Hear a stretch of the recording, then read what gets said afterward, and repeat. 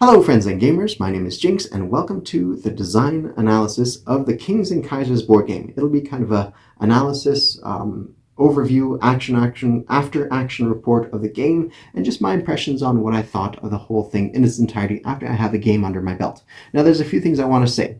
I enjoy this game. I'm glad I purchased it. It'll reside on my shelf and hopefully be played within the next 12 months once again. So I really did enjoy it as well. It was a good purchase. It plays differently from other games out there, and so it's fun in that regards as well. It's not just a copycat of Axis and Allies 1914, but it's like 1914 and better, and therefore it plays as its own kind of creature and should be respected as such. And so I really did enjoy it. I really do want to play it.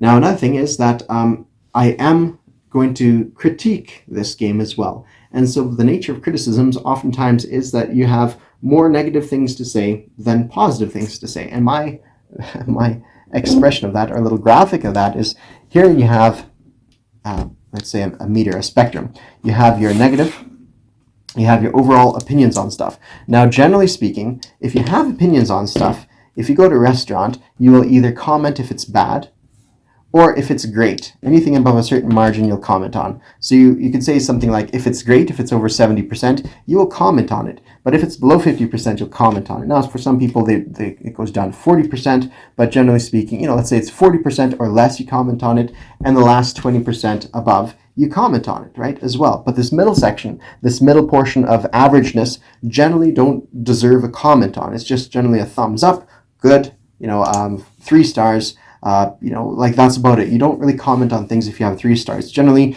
4 or 5 stars or 1 or 2 stars, but this middle section you don't really comment on. And so that will be the nature of my critique as well. So I want people to remember that when I talk about stuff in the 40% down here, and when I talk about stuff in the 30% or 20% up here, that there's this silent portion in the middle that will not be talked about.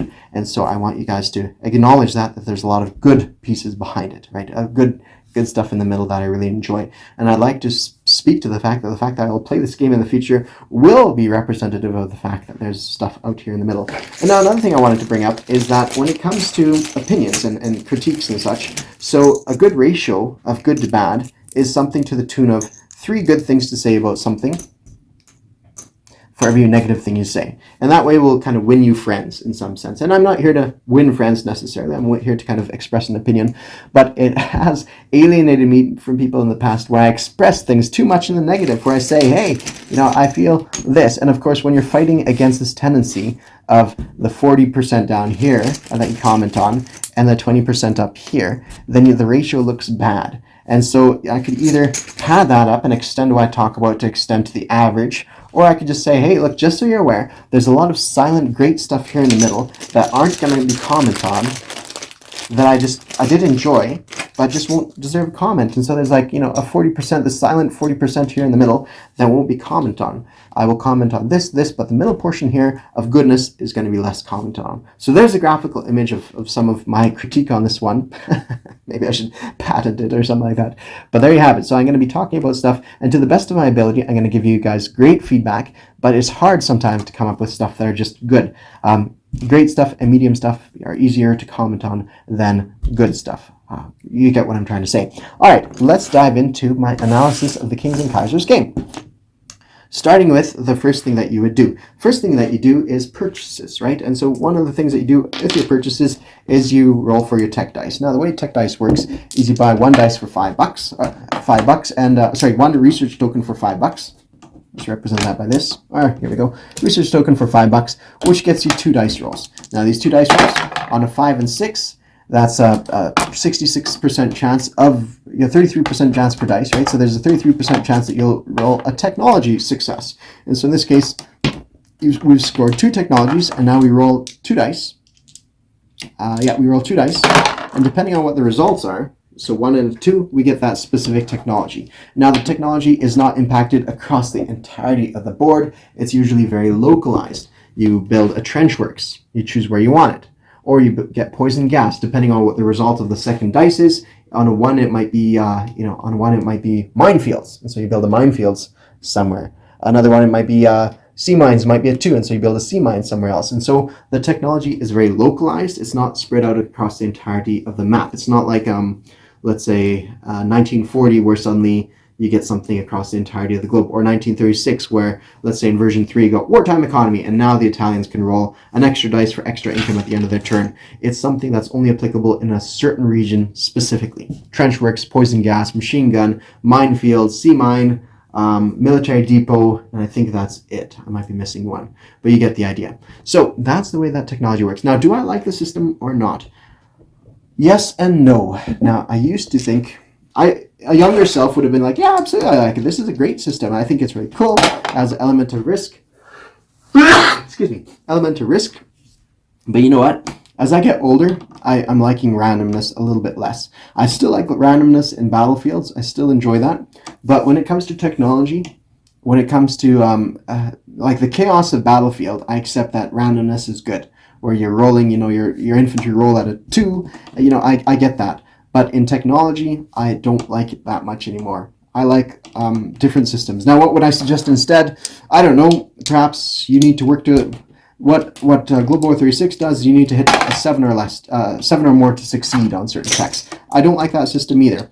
What about a point accumulation, where you say, okay, you need to have you roll 2 dice for every tech attempt, and you need to have 6 or more. Okay, well there you have it, right? 2 dice, and that way you kind of blur out that curve, and generally speaking, you get if you play Catan, you're familiar that 7 is the most common number you roll, and so if you say okay, you need to roll a 7 or more, then for the most part you'll get it. Or you could say 6 or more.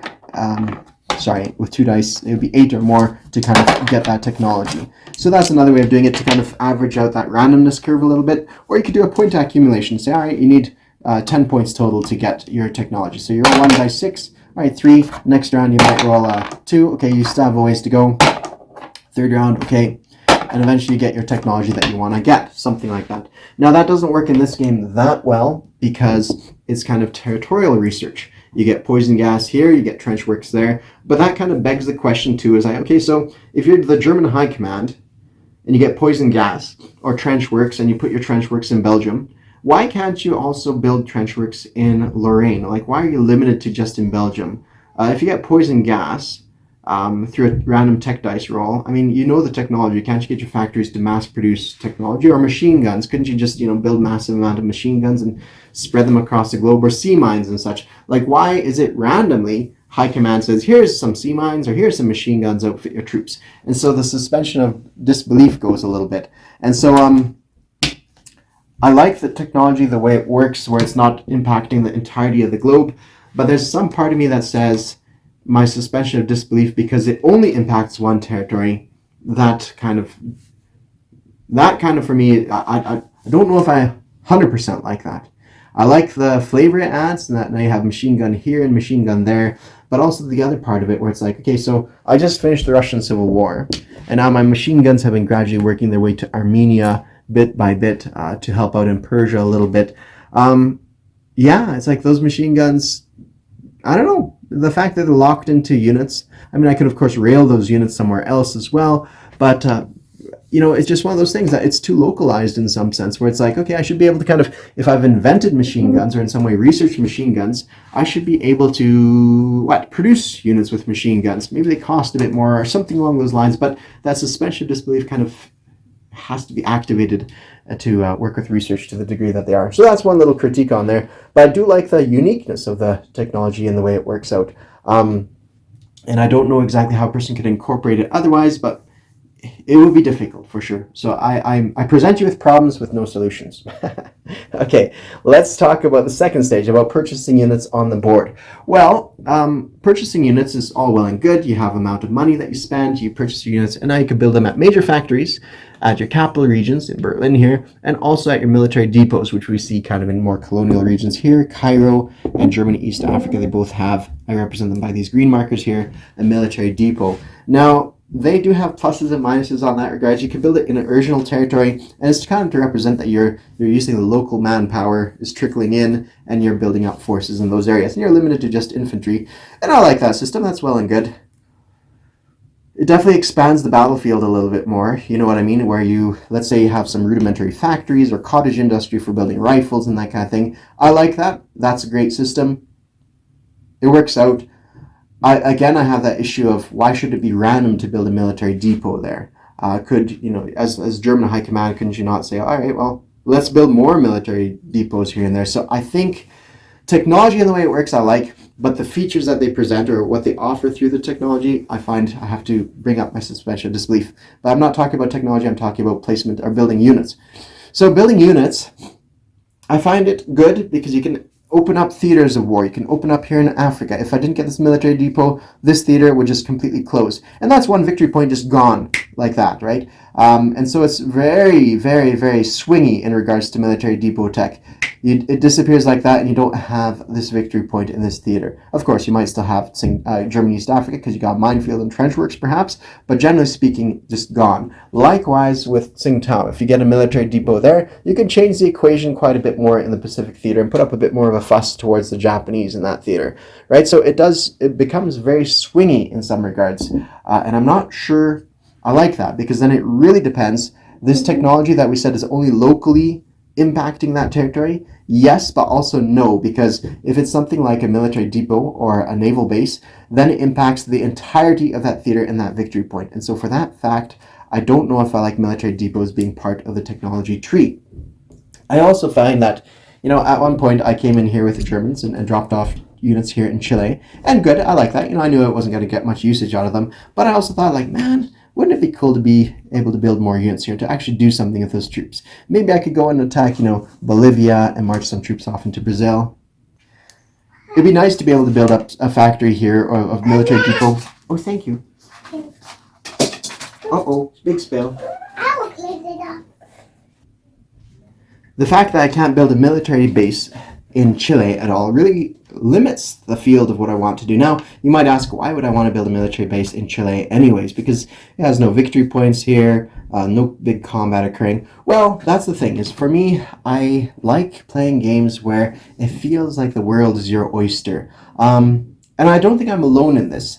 I've played a bit of video games when I was a younger self, but I found one of the more enjoyable games I played is the sandboxy games. That was just me, though. I know everybody else is a little bit different, but games that you could create your own story, your own world, your own what you could accomplish in the world, whether it be spore and evolving a creature from a single cell organism to, a spacefaring race, or to play something like, well, I don't know.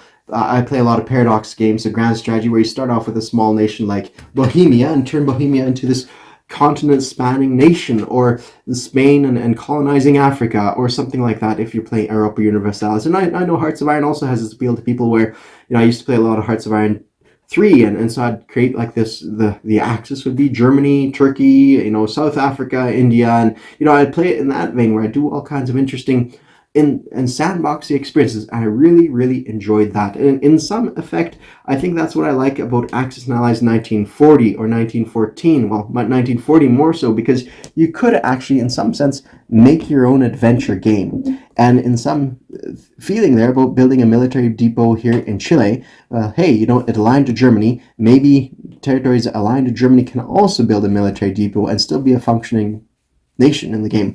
Now, it's the nature of the victory points that won't change really, because there's no victory points here. There never will be. That's just the end of the story on that end of things. But still, I like to dream about the potentials of what the future would hold if you had more of a sandboxy experience. So there's that about producing units.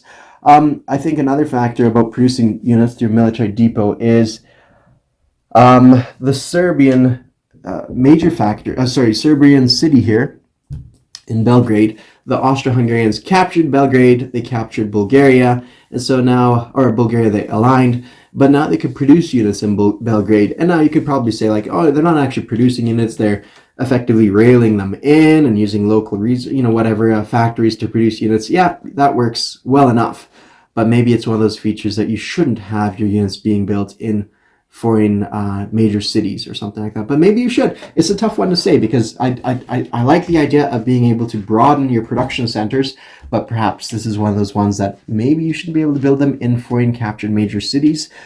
But again, that's a tough one to actually figure out 100% as to what to do. Let's talk about rails. Now, one of the features that they introduced in this game, which I quite liked actually, was railing your units from territory to territory. So it's a capital city or a major city. It's in brown anyways, and it has an integrated rail system. So that means from this territory here, Vienna, or from Belgrade, but in Vienna, 6 units can move 2 spaces, 1, 2, as long as they're not going into a contested region or not passing through a contested region and just moving through friendly territory. Likewise from Belgrade, these can move 3 units from Belgrade, 1, 2 to Venice, or wherever you like, anywhere radiating out from this point. I like that. That works out good. I'm no opposition to it at all either. It's a good system that works well. I tell you though, I do like Global War 36 and their on-the-map printed railway networks. I like that. I love maps, guys. I really love maps. And so the printed railway networks on the map, I like quite a bit more. But the aesthetic of this game is not to overclutter, to try to keep it somewhat of that no man's land, that sterile kind of deadly metallic and gunmetal kind of look. And so I appreciate that aesthetic as well as not overcrowding the map with needless information, and also at the same point not to cover it up when you have units present over top of stuff. Then you don't need to worry about railway networks and all the like. So I do like the system they have in place, although I like a bit more pizzazz on my maps, generally speaking, right? So there's that about railway networks. Now we turn our attention to the way combat is functioned. Now the way combat works is similar to Axis Allies 1914, 1 round of combat. I like it. Trench works, I like the way that they cancel out 3 hits. Perfect, it's good. Barbed wire, 4 hits unless armored unit are present. Excellent as well. I think generally speaking, it's a good system. Again, we don't want to talk about technology. We want to talk about combat occurring. I think it worked out quite well, generally speaking. The only probably critique I would have is, unlike in World War I, you could really dogpile into a territory. So, like I said earlier in my other video, is I dogpiled all my units into Belgium. The French dogpiled all their French units into Lorraine. And now we had this standoff where if I move to Picardy, he moves to Alsace or something along those lines. So the fact that you kind of break that immersion to some extent where you spread your units out a bit, or you aren't incentivized to spread your units out a bit, so then I think, I don't know if I like that feature, that you could just dogpile units. And you saw that a few times, even on the Eastern Front, where you'd have these central positions of territory in Eastern Ukraine. You'd have the Germans all stacked up in Karelia or Belarus or Poland and all this other stuff. You see it happen a few times across the board, whereas leaving some of the adjacent territories empty of units. And this is something in Axis Allies 1914. I've thought about this one a little bit, and one of the things I'm incorporating in the game I've designed is a unit limit per battle. So you may have stacks and stacks and stacks of troops here, but you're only allowed 20 units in that territory, and that's it. 20 units conducting into that combat, or you could say 30 units conducting combat in that territory. So it'll be a cap limit. So if you're attacking the Germans in Belgium, then only 20 units at a time of the German units can fight in that combat. And I think that would work. Now, you might say, that's a suspension. You'd have to suspend your disbelief, because is there a cap limit on the front lines of the trenches? Yes and no, and I get your point, and yeah, there's that. I mean, you could say, okay, and your trench works also allow you to add a few extra units on defense and all this other stuff, so you can kind of make things work out. But generally speaking, your road and supply networks were limited. You also could only squeeze X amount of troops in the front lines, and support and field hospital divisions and such. So I would say there should be a cap limit on the amount of units conducting combat. So you could still put 40 units into, let's say, Belgium, but only 20 units at a time could combat. So if the French want to engage you with their 20 units against your 20 units, yeah, tough luck. And then if you throw tanks in there, perhaps then the tanks are the extra units that don't take up space in that combat. Something like that, because then you wouldn't have dog piles of, or not dog pile, but a super stack unit here, another super stack here, and then everything else adjacent just empty. And likewise on the Eastern Front, I think that would be applicable, except perhaps more so if you look in the idea of supply routes and how you'd have to get your supply trains all tangled up if you had super stacks of units somewhere up in Karelia and that kind of thing, right? So it's one of the little ideas I would have how to improve the game. But beyond that, Kings and Kaisers just does what Axis and Allies does in this game, except with a few extra units and features. Cavalry, they can carry units into battle. This is one of those kind of silent good bits in the middle, as far as I'm concerned. Cavalry are a good addition in this game. I think they play well with all the other features there. They move 2 spaces, they defend at a 1, and they attack at a 2. Yeah, attack at 2. Or if they want to carry an artillery into battle, then they themselves don't participate in the battle, but they can... but the artillery they hauled into combat does. So I like that feature actually quite a bit. Cavalry, I think, are a great addition to this game. I think it worked out quite nicely. Zeppelins, the Germans have 2 Zeppelins. They could never get more than 2. Are kind of an interesting unit as well in their own right. I like them. But I also don't know about them, because Did Zeppelins have that much of an impact in World War One? Yes and no. They're a terror weapon in some sense. The fact that Zeppelins can each carry 2 infantry units, I think, is a little bit breaking the suspension of disbelief, because 2 units, like, I know we're not measuring, each unit is worth a core of German units plus their support structure. Yeah, so 2 units seems a bit much per Zeppelin. I didn't do anything with that to any degree, really. One of the debates I had with the reason I'm sending this German infantry here is to actually carry from Brandenburg Zeppelins to Constantinople and drop them off here on the east in Africa if we need that extra oomph over there to tip the balance in our favor. But instead we send them to the Western Front. So that was our thought there.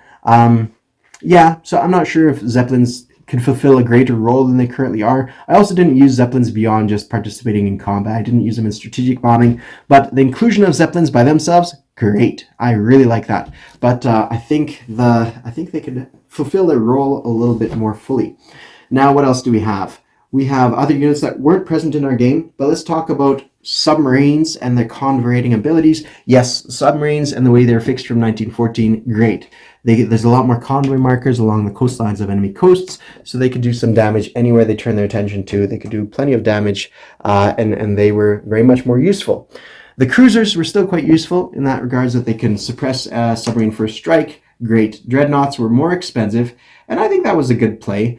I think, though, that the fact that dreadnoughts, after the first, if they're damaged, they can only move one space, severely limited them to home waters, which I actually kind of liked as well, because, hey, that's kind of where the home fleets of major nations operated anyways.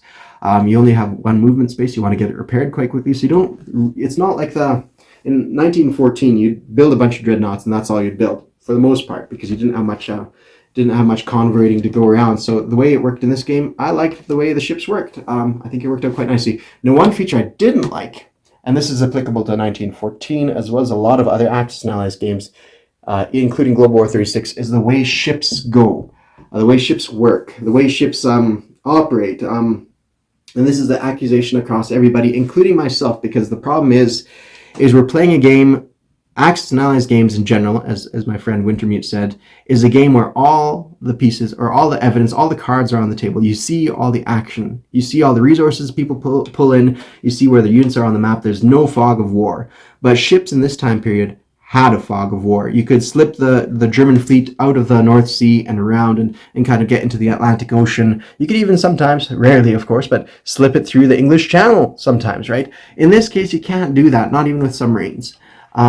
Just the minefields by the time you run the gauntlet of minefields, and then the subsequent backlash. But, let's say if you're moving from the North Sea here with the Germans to the Sea Zone 19, the British just come in and wipe you out. So it's one of those things that there needs to be more fog of war in all these Axis and Allies type games, 100%. Now, there's a few people out there. There's one actual local guy, I don't remember his name here now, Javier, I think his name is Javier. He's 6 hours drive away. He's come up with a great system, and I need to coordinate with him and talk with him and play his game sometime. But Javier has a great system for Navy and the way it works, and it's essentially zones of operation. But that's for another time. But that's the route I think we should take. So this is not an accusation against specifically Kings and Kaisers, just a broad critique in general about how ships should operate in this time period. Again, we're going against the Axis and Allies thing of all the evidence being at the table of all the pieces and how they operate. So there's that. Again, to go on with the Navy still, Navy, broadly speaking, needs the most work in all of these games.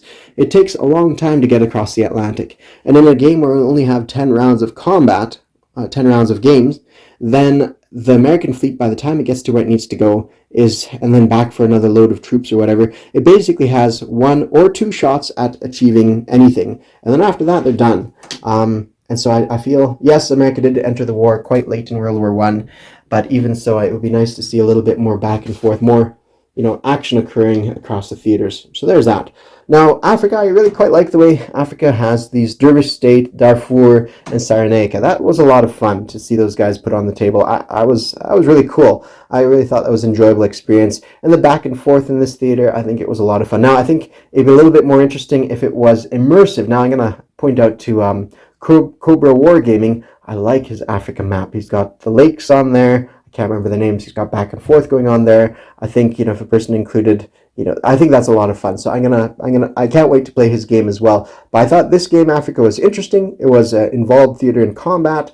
It felt limited quite a bit by this German East Africa military depot, and so the feel of this was good.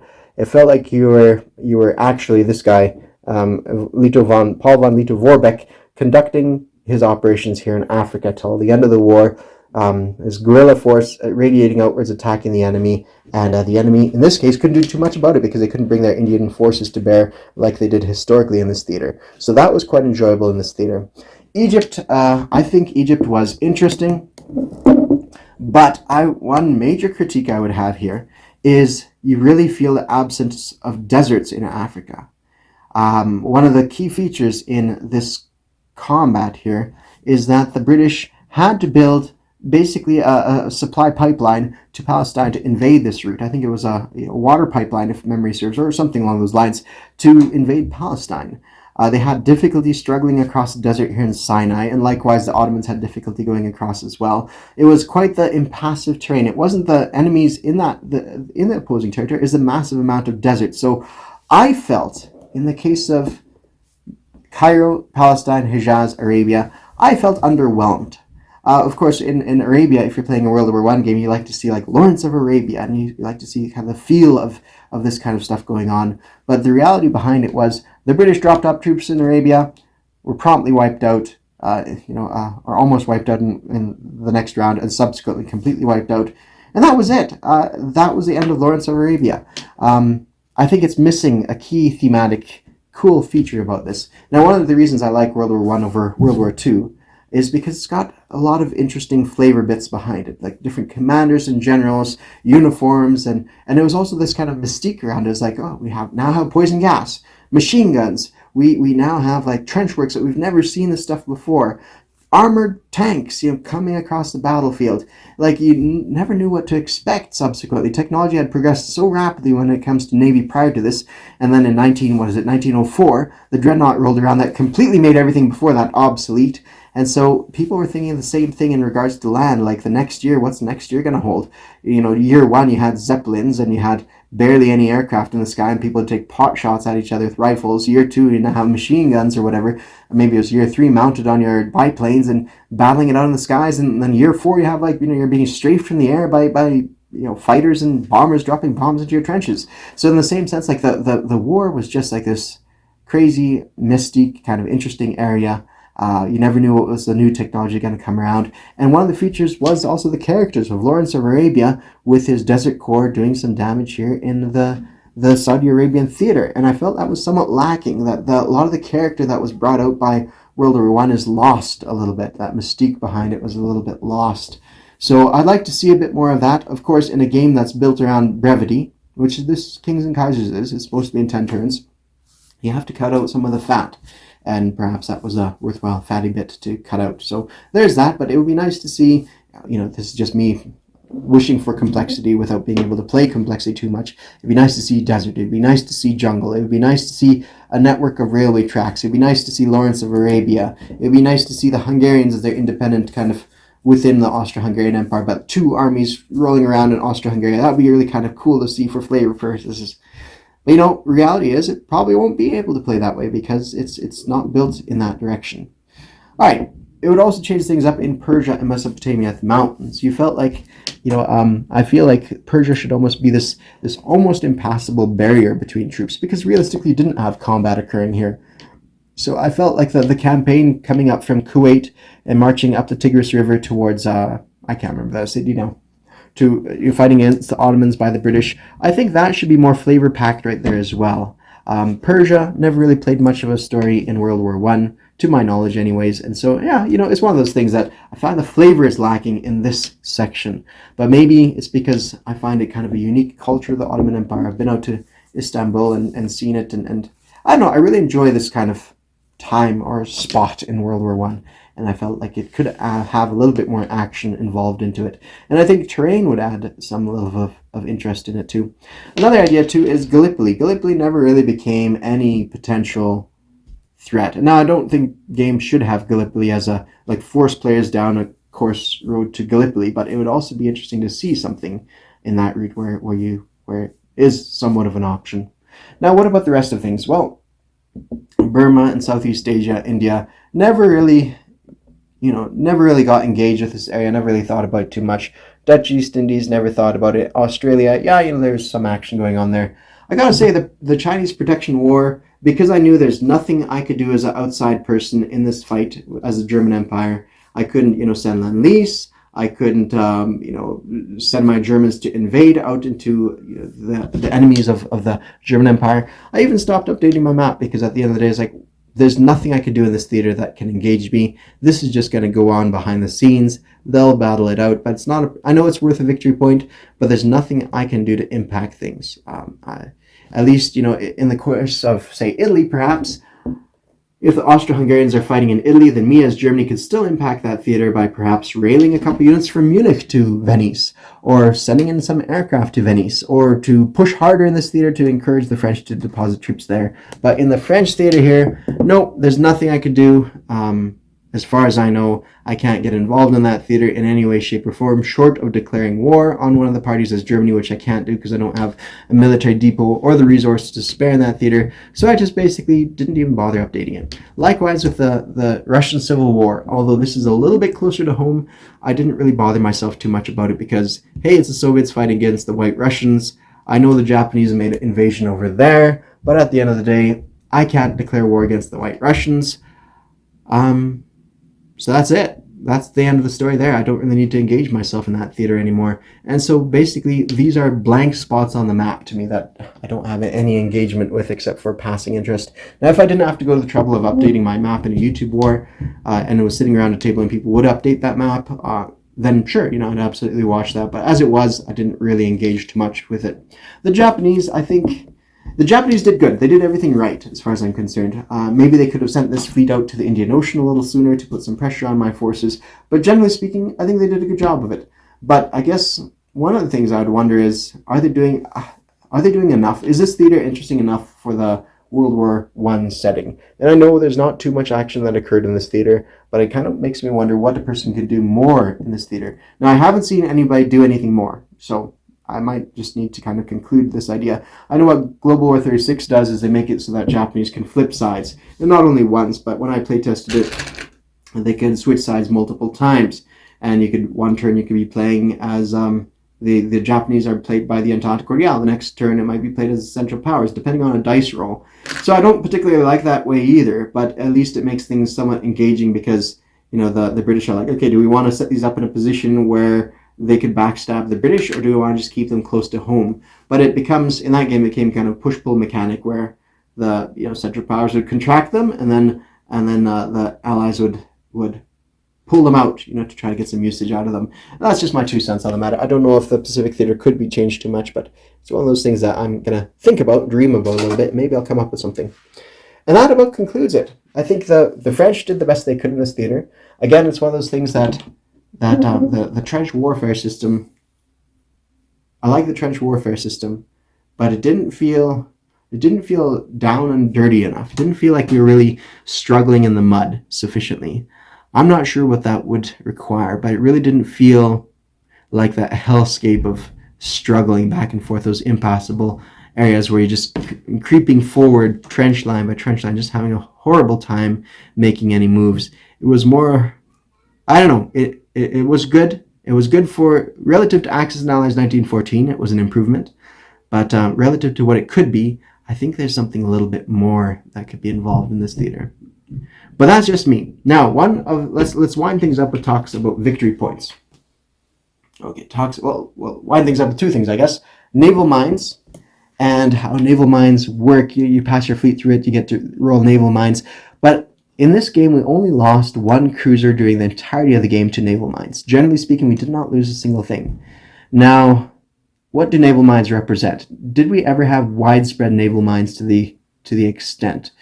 Naval mines did sink a few ships, for sure.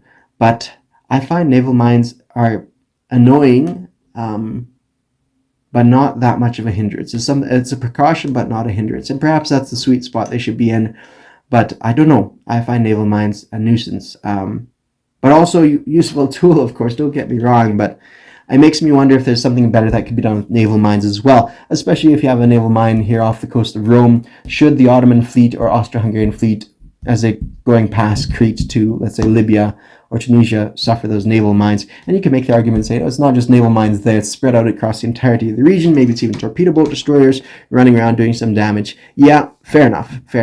But I have this inkling that perhaps naval mines could be tweaked a little bit to make them a bit more interesting. Or, more interesting, perhaps, is the best and only way to put it. I did want to talk about something else. Well, perhaps navies. One of the reworkings I'd like to see in navies is that they're more engaging, because right now it's kind of one and done type of deal.